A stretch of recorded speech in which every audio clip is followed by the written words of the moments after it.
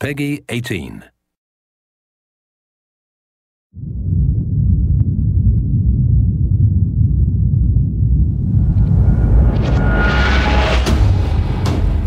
Hey everybody, Zachary Levi here. Over the last few months, we've brought you exclusive behind-the-scenes looks at the final hours of development of Tomb Raider. You've seen Camilla recording her last few lines, Rihanna musing her last few words, and Jason completing the last few notes of the score. As those key pieces lock into place, it's time to reveal one of the last portions of the game, and a team that's been shrouded in secrecy for 2 years.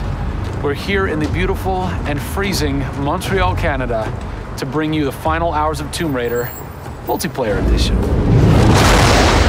These are the final hours of Tomb Raider. Welcome to yet another world-class studio in the Square Enix portfolio, Eidos Montreal, home of the multi-award-winning game Deus Ex. Locked away in one of the far corners of this studio is a team of experienced, passionate professionals who have been specially brought together to create the first ever multiplayer component to the Tomb Raider universe. Let's meet the team behind the vision, direction, and decisions, and hopefully get a chance to play a few rounds.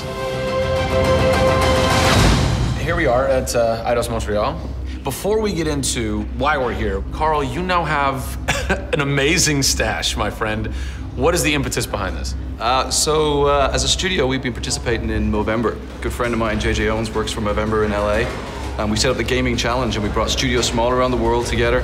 I think so far we've raised somewhere in the region of $140,000, $150,000. Well done. Been a big success, although my wife doesn't necessarily always approve. She hates it? Oh, my wife wakes up in the morning. She says that she hates it. She secretly loves it.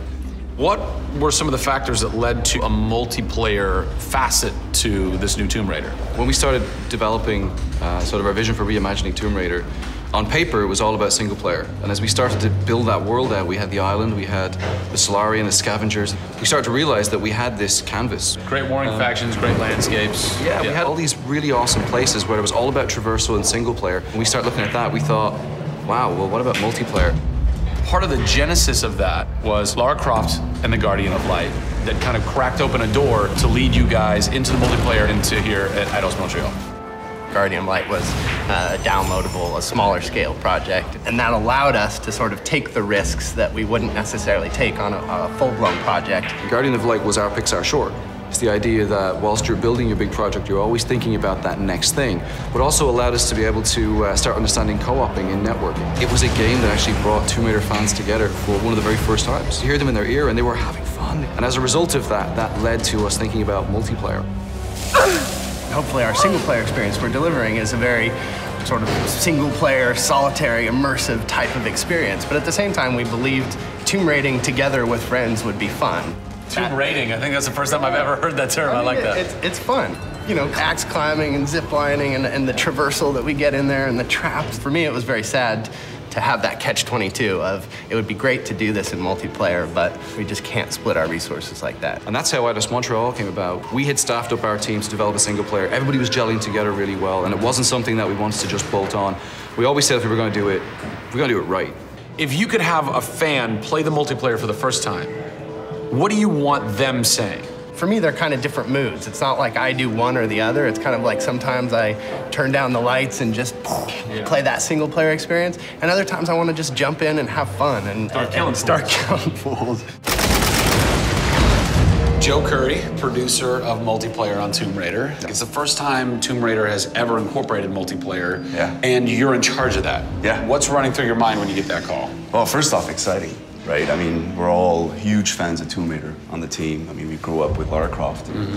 But when we spoke to Crystal, like, we want to do multiplayer, and we're thinking, how do you do that? It's always been Lara's story. You've been in charge of creating the first ever Lara Croft Tomb Raider. No pressure. Multiplayer. No pressure, Zach. Thank you. What are some of the main pillars that you brought over from the single player to the multiplayer to make those two worlds cohesive? The element that really stuck out was survival. The group surviving together. Right. But then traversal, the ability to go up and down and kind of everywhere in a level. The weapons, you know, the characters. What did you guys have to tweak in order to create an engaging multiplayer experience that wouldn't necessarily work with the pieces that were in play with the single player experience? One example is the bow. Especially in the reboot, it's so iconic that we had to make it work for multiplayer. You have a certain forgiveness when you play single player. Multiplayer, players expect snappiness. I shoot you, I expect you to go down, or you can just do what I do, which is take out the biggest gun and just run for them and shoot them out. The environment itself can be a threat. The Solari, you know, the guys that are on the island have had a chance to prepare traps. We've got things like an ammo box that looks like an ammo box, but it's really an explosive device. I need ammo, and it looks just like the regular ammo box, and then you're gonzo. We have a lightning rod. You'll get a lightning strike on the rod, and then you'll eliminate your enemy. First and foremost, we want to be humble. We want players to just have a really memorable experience. I had fun doing this. Do you remember when we set that trap? Moments that the players will come back to and talk about experiences that they've had for themselves, not necessarily the game offering them experiences. Absolutely. So, Joe, behind us we have the QA team, or the quality assurance team. They're a part of the development team. Mm-hmm. They can tell us what we need to fix and what's working and what's not. When do I get to game test? When do I get to get my hands on the game? Soon. We got a surprise for you first, Zach. So, when I was approached to host the final hours of Tomb Raider, essentially the biggest ask, not even ask, tell that I had was, I want to be in the game. I want to have a cameo, I want to have something. So guess what? Boom! Boom! Boom! I'm a playable character in the multiplayer Tomb Raider. How sick is that, Joe? You and your team are awesome. I can play with myself, virtually. Are we ready? Oh, that burns! You suck! Get those transmitters running. Radio transmitter activated! We're getting off this damn island? We send this thing. Beautiful. I would like to try and kick your butt as me in this map right now. Should we try it? All right. Bring it. Let's do it. It's happening right now. Oh, nice! Was that one of my traps? That was one of your traps. Yeah! These movie traps are really fun. I mean, they're really, really fun. Yeah! Don't worry about it. Just because you made the game and I beat it.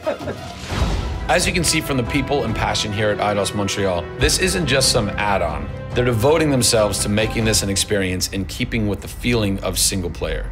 Familiar, yet different. Coming up in the final 2 episodes of our series, we go back to the home of Lara Croft. They're taking Tomb Raider to the finish line, and we'll be there for it.